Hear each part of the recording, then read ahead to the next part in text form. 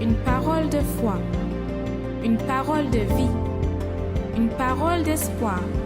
Vous assistez à l'émission Parole de vie.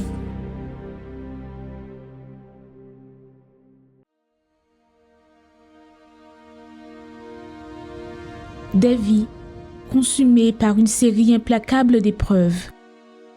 Ce qui reste du premier problème est consumé par le suivant. À peine a-t-on le temps de respirer. C'est dans un tel contexte que Dieu envoya un message par l'intermédiaire du prophète Joël. Toute une génération voyait sa réalité s'effondrer sous ses propres yeux. L'abondance s'était transformée en pénurie. Mais la plus grande tragédie ne résidait pas dans ce qu'ils avaient perdu. Elle résidait dans le fait qu'ils s'étaient éloignés de ceux qui pouvaient les sauver.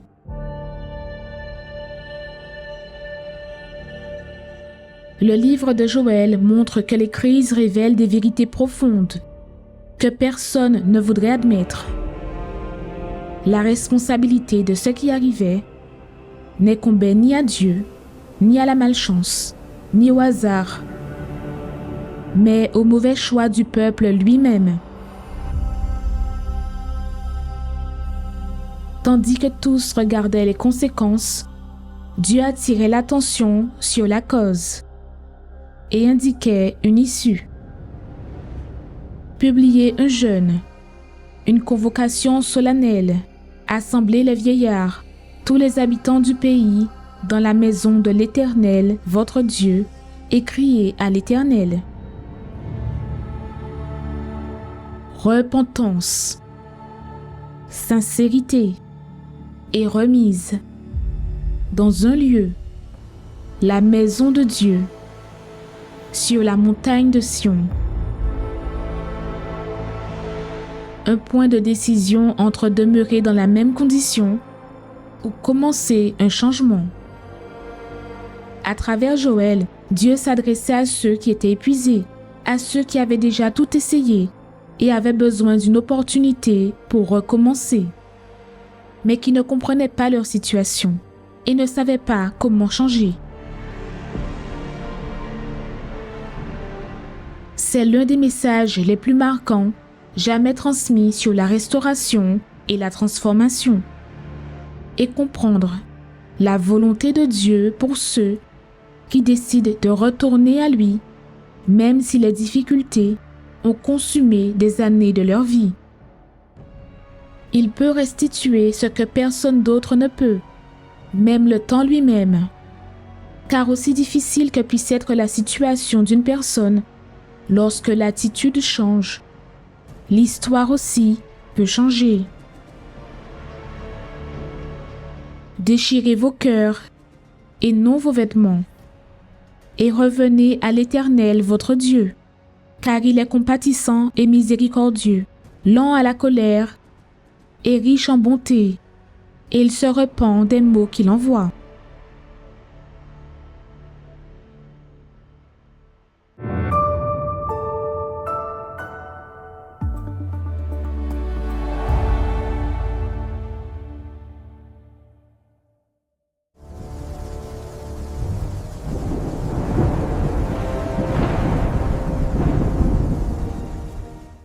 Bonsoir, soyez les bienvenus dans votre émission Parole de vie sur TV+ Afrique.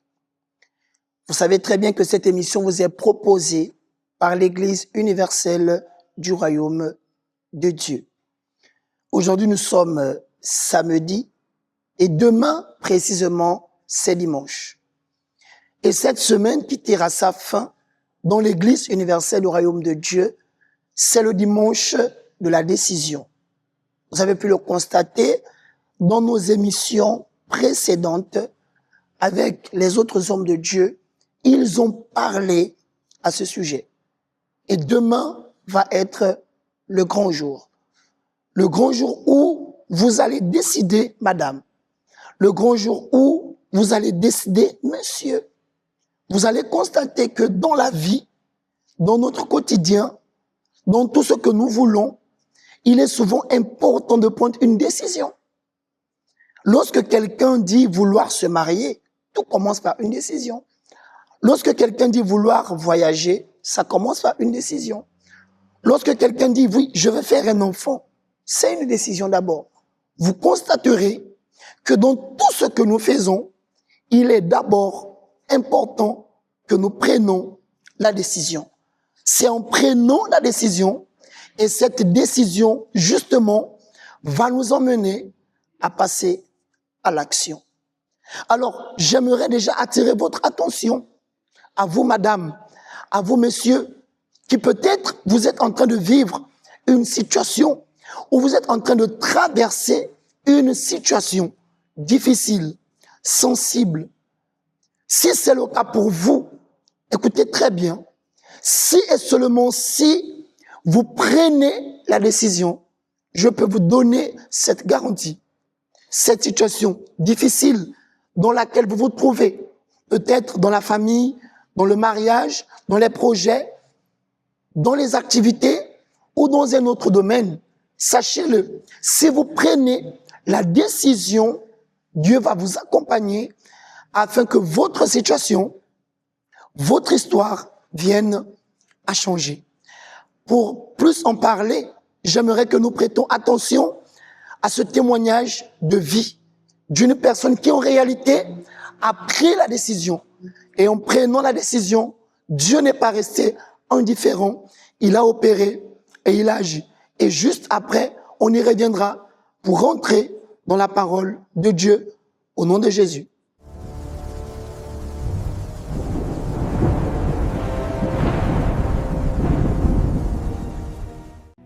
Il y a des moments où, pour un rien, je pleurais chez moi. J'avais toujours à l'intérieur de moi cette boule, ce poids dans mon cœur. Je m'appelle Gabriel Bossouangui et j'ai grandi dans une famille qui m'a, on va dire, beaucoup fait de mal. Je m'étais renfermé sur moi-même à cause d'une situation avec ma sœur, parce qu'elle est née à 5 mois, donc il y a eu des complications dans sa santé. Le fait qu'elle soit en vie et qu'elle se porte bien, c'était beaucoup plus préoccupant pour eux. Donc pour avoir un petit peu d'attention de la part de mes parents, ce que j'ai fait, c'est que j'ai décidé de faire tout ce qu'il reprochait à ma sœur, afin d'être entre guillemets dans son ombre pour pouvoir avoir un peu d'attention. Ça a marché jusqu'à un certain moment où je me suis rendu compte en grandissant que c'était pas moi. J'avais juste une personne que je mettrais pour pouvoir entre guillemets avoir un peu d'attention. Alors avec ma famille, c'était très très conflictuel, que ce soit entre moi et ma sœur, entre mes parents et moi, mes parents et ma sœur, c'est vraiment, on va dire, un cercle de haine.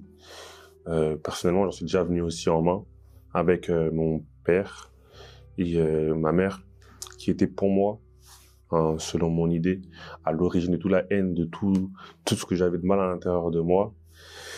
C'était elle la coupable, tout simplement. Et il y a eu une période où, pendant plusieurs mois, on vivait ensemble, mais je l'ignorais totalement.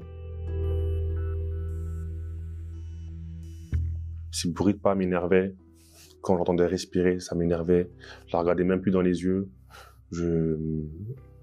C'était vraiment, il y avait une espèce de mur entre elle et moi que je m'étais créé uniquement pour me protéger. Et c'est là que j'ai décidé d'essayer de trouver des solutions pour pouvoir combler ce vide. Donc ça a commencé par, en premier, sortir beaucoup avec les amis, traîner dehors très très tard. Parce que si le problème il est à la maison, autant être en dehors de la maison, peut-être que le problème il disparaîtra. Je me sentais mal au quotidien. J'avais toujours à l'intérieur de moi cette boule, ce poids dans mon cœur. Donc cette douleur, elle se reportait même sur le physique. J'étais très très souvent fatigué, dû à l'épuisement, je dirais l'épuisement émotionnel. J'étais très souvent à cran. Moi qui étais quelqu'un de très très calme, je m'énervais pour tout, j'étais devenu impulsif. J'étais très triste aussi. Il y a des moments où, pour un rien, je pleurais chez moi. J'avais un mal qui n'était pas physique. Donc, il n'y avait aucune chose physique qui pouvait le guérir, selon moi, à ce moment-là. Donc, j'ai décidé tout simplement de chercher cette aide, de chercher ce soin spirituel, entre guillemets, si on peut dire ça comme ça, avec Dieu. Et c'est comme ça que j'ai connu le centre d'accueil universel, tout simplement, via un ami.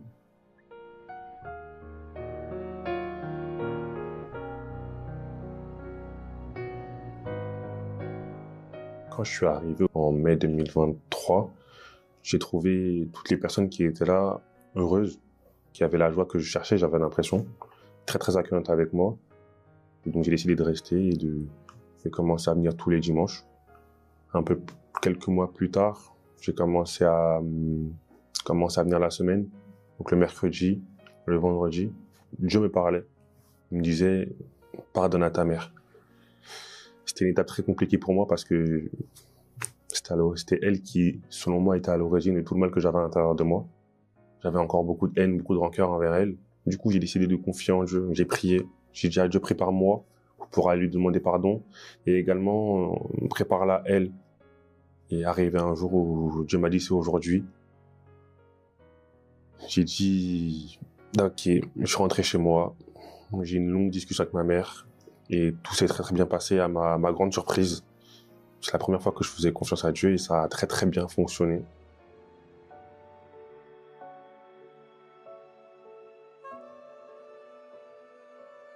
C'était une discussion qui était, on va dire, émouvante parce que à ce moment-là, j'ai appris que le point de vue de ma mère, que moi aussi je lui avais fait énormément de mal. Du coup, je lui ai demandé pardon et notre relation, elle a commencé à se reconstruire petit à petit. On a commencé à se reparler, on a commencé à rire ensemble. Et c'est à partir de ce moment-là que je me suis rendu compte que c'était la première fois en 19 ans que j'ai commencé à lui dire je t'aime, que j'ai commencé à lui faire des câlins, qu'on a commencé à réellement bien s'entendre. Et je me suis dit, s'il a réussi à faire ça pour ma relation avec ma mère, il est capable de faire ça pour ma relation, pour notre relation entre moi et Dieu. C'est comme ça que j'ai commencé, que j'ai continué, que j'ai cheminé avec Dieu jusqu'à la campagne d'Israël d'été 2024. J'avais fait cette promesse, j'avais fait ce serment avec lui que cette année-là, j'allais m'abandonner entièrement et j'allais être baptisé du Saint-Esprit. Alors c'était une aubaine. C'est la meilleure opportunité que j'aurais pu avoir. Et j'ai décidé de me tenir à 100%. Je voulais vraiment prouver à Dieu que j'étais capable de pouvoir toute ma vie mener cette vie de sacrifice avec lui. Donc je me suis analysé. J'ai cherché en moi tout ce qui était à la place de Dieu. Parce qu'à partir du moment où Dieu il a la première place, c'est là qu'il rentre dans notre vie. Quand sa place elle est libre. Alors j'ai analysé, je me suis rendu compte que je mettais mon bien-être à moi, à sa place. Ce que Dieu demandait, qui était de sa volonté, des choses qui étaient bonnes pour moi, que je ne voulais pas faire. Comme gérer mes problèmes d'ego, comme gérer mes problèmes de colère, d'impulsivité. C'est beaucoup plus simple de se laisser emporter par l'impulsivité que d'arriver à se tempérer, d'arriver à être plus patient. Une chose que j'ai énormément commencé à faire avec Dieu, c'est lui prouver que je l'aimais plus que tout, non pas avec les paroles, mais avec les actes. Alors, ce que j'ai fait durant cette période, c'est nettoyer l'église.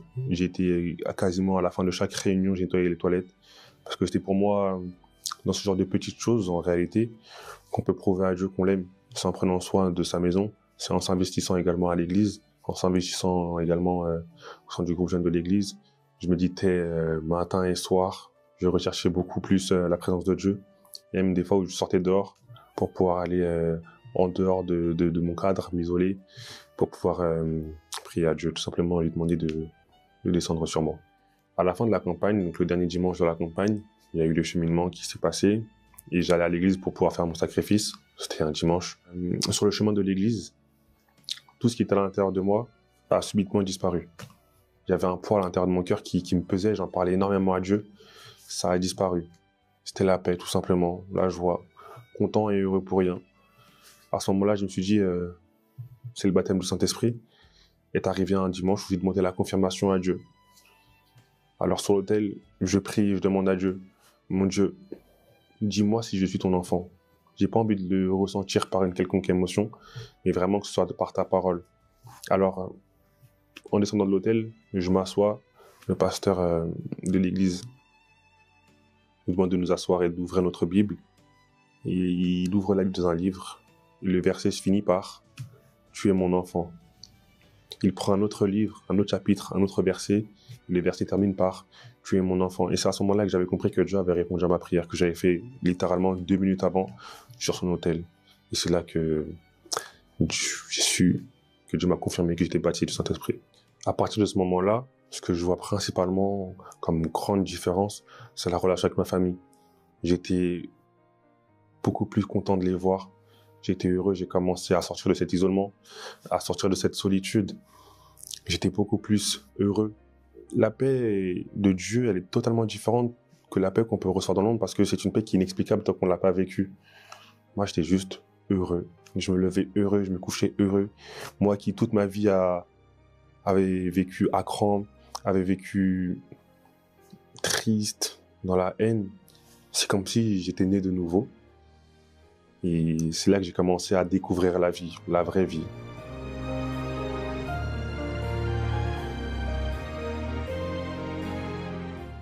Bon, entre août et novembre, j'ai trouvé mon école, j'ai eu mon permis, j'ai trouvé mon alternance, j'ai acheté ma voiture et tout ça c'est venu d'un coup lorsque je me suis remis à Dieu et ça me fait penser au verset qui dit « Recherchez premièrement le royaume de Dieu et sa justice et tout vous seront donnés par-dessus. »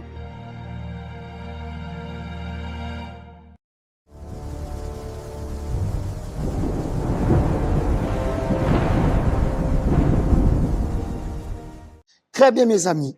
Avez-vous prêté attention à ce témoignage? Regardez comment Dieu, il est merveilleux. Ce changement est arrivé parce que la personne a pris la décision. Sans décision, sa vie devait continuer de la même manière. Dans le livre d'Ésaïe, au chapitre 14, si j'ai bonne mémoire, laissez-moi ici, je vais regarder la parole de Dieu. Ésaïe, il dit comme ça. Ésaïe 14, exactement, le verset 24. La Bible dit comme ça. L'Éternel des armées l'a juré en disant, oui, ce que j'ai décidé arrivera. Ce que j'ai résolu s'accomplira. Alors, il est très important que vous compreniez une chose. Ce que Dieu décide arrive. Dieu a décidé que ta vie doit changer. Dieu a décidé que tu seras guéri. Dieu a décidé que ses promesses vont s'accomplir dans votre vie. Dieu a décidé que tu seras comblé de grâce et de bénédiction. Comprenez une chose. Du côté de Dieu, la décision a été prise. Mais pour que la personne soit en accord avec la décision que Dieu a prise pour nous, et qui nous savons, la décision que Dieu prend pour nous, c'est pour notre bien. La décision que Dieu prend pour nous, c'est pour changer notre vie et notre histoire. C'est ça, effectivement. Mais pour que la personne soit en accord avec la décision de Dieu dans notre vie, il est important que la personne de son côté, elle prenne aussi la décision. Nous sommes dans cette semaine. Vous voyez ici, je la demande. Aujourd'hui, on est samedi. Si demain, vous vous rendez dans un temple de l'Église universelle du Royaume de Dieu, un peu plus tôt, demandez ce sujet de prière. Et là, vous pourrez écrire justement votre vœu où vous souhaitez voir la main de Dieu. Effectivement, Dieu va intervenir parce qu'il l'a déjà décidé. La décision vient de vous. Remarquez une chose, madame, monsieur, remarquez une chose. Dans la vie, lorsqu'il faut aller acheter quelque chose qui nous concerne, ce n'est pas quelqu'un qui va décider à notre place, c'est nous. Si nous allons dans un restaurant pour dire, on va prendre un plat de nourriture, ce n'est pas le gérant qui va décider pour nous. Non, c'est nous qui décidons de ce que nous allons manger. C'est nous qui décidons de ce que nous allons boire. C'est la même chose, madame, monsieur. Pour vous, vous devez prendre une décision. Si vous prenez la bonne décision, Dieu qui a déjà décidé que votre vie va changer, alors en concordance avec Dieu, il viendra effectivement accomplir. Ce qui manque, c'est que vous preniez la décision. Oui, demain dimanche, prenez la décision de vous rendre dans une église universelle du royaume de Dieu. Et nous croyons que dans cet état d'esprit, ici, le peuple est déjà préparé.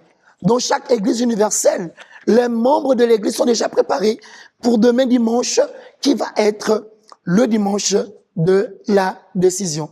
Et nous croyons, comme j'aime si bien le dire, une nouvelle histoire va commencer dans votre vie. Préparez un verre d'eau ou une bouteille d'eau. Juste après cette bande-annonce, on y reviendra déjà pour clamer, pour parler avec le Dieu Tout-Puissant. Parler avec Dieu, c'est ce dont nous avons tous besoin. C'est lui qui nous donne la force pour affronter les difficultés. Préparez un verre d'eau, c'est le moment de la prière.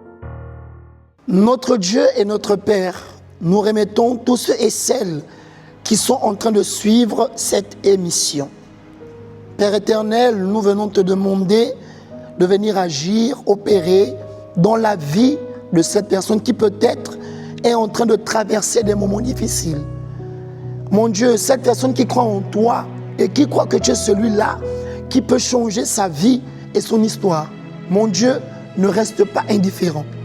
Au nom puissant de Jésus-Christ, opère délivrance, guérison et transformation dans la vie de tous ceux et celles qui croient.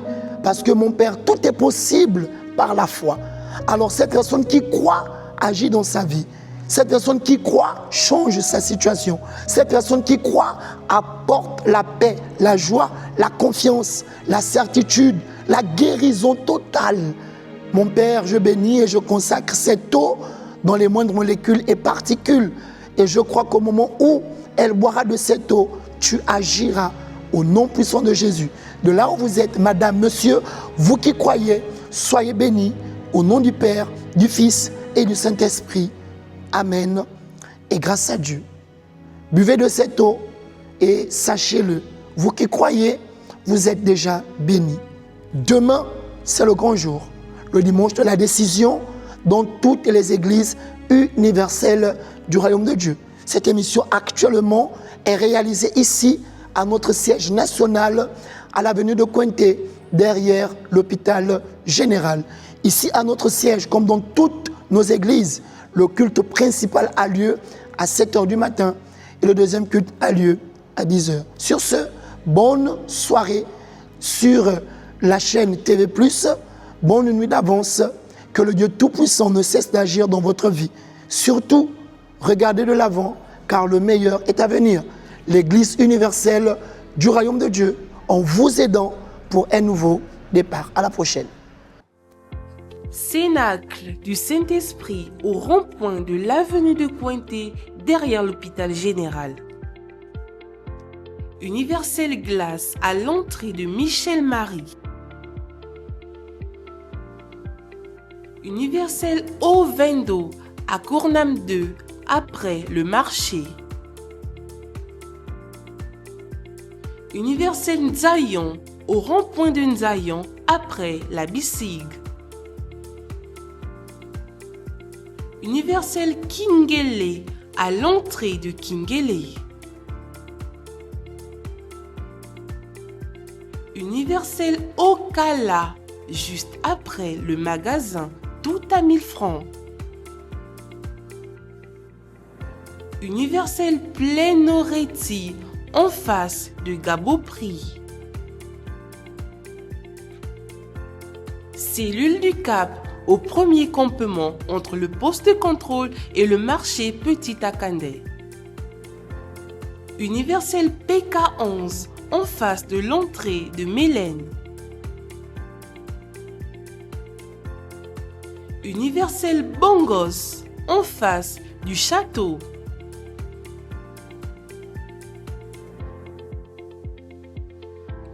Universel Toum au carrefour Cimenterie, après la boulangerie. Universel Lambaréné au centre-ville, en face des impôts. Universel Mouila, rive droite au canal Makanda. Universel Port-Gentil, Alex Cinéma, Océan. Universel OIM à Peloton, en face de l'auto-école E5. Universel Franceville à Mangungu, au Petit Marché. Cellule de Mwanda au quartier Oasis, à côté du dépôt pharmaceutique.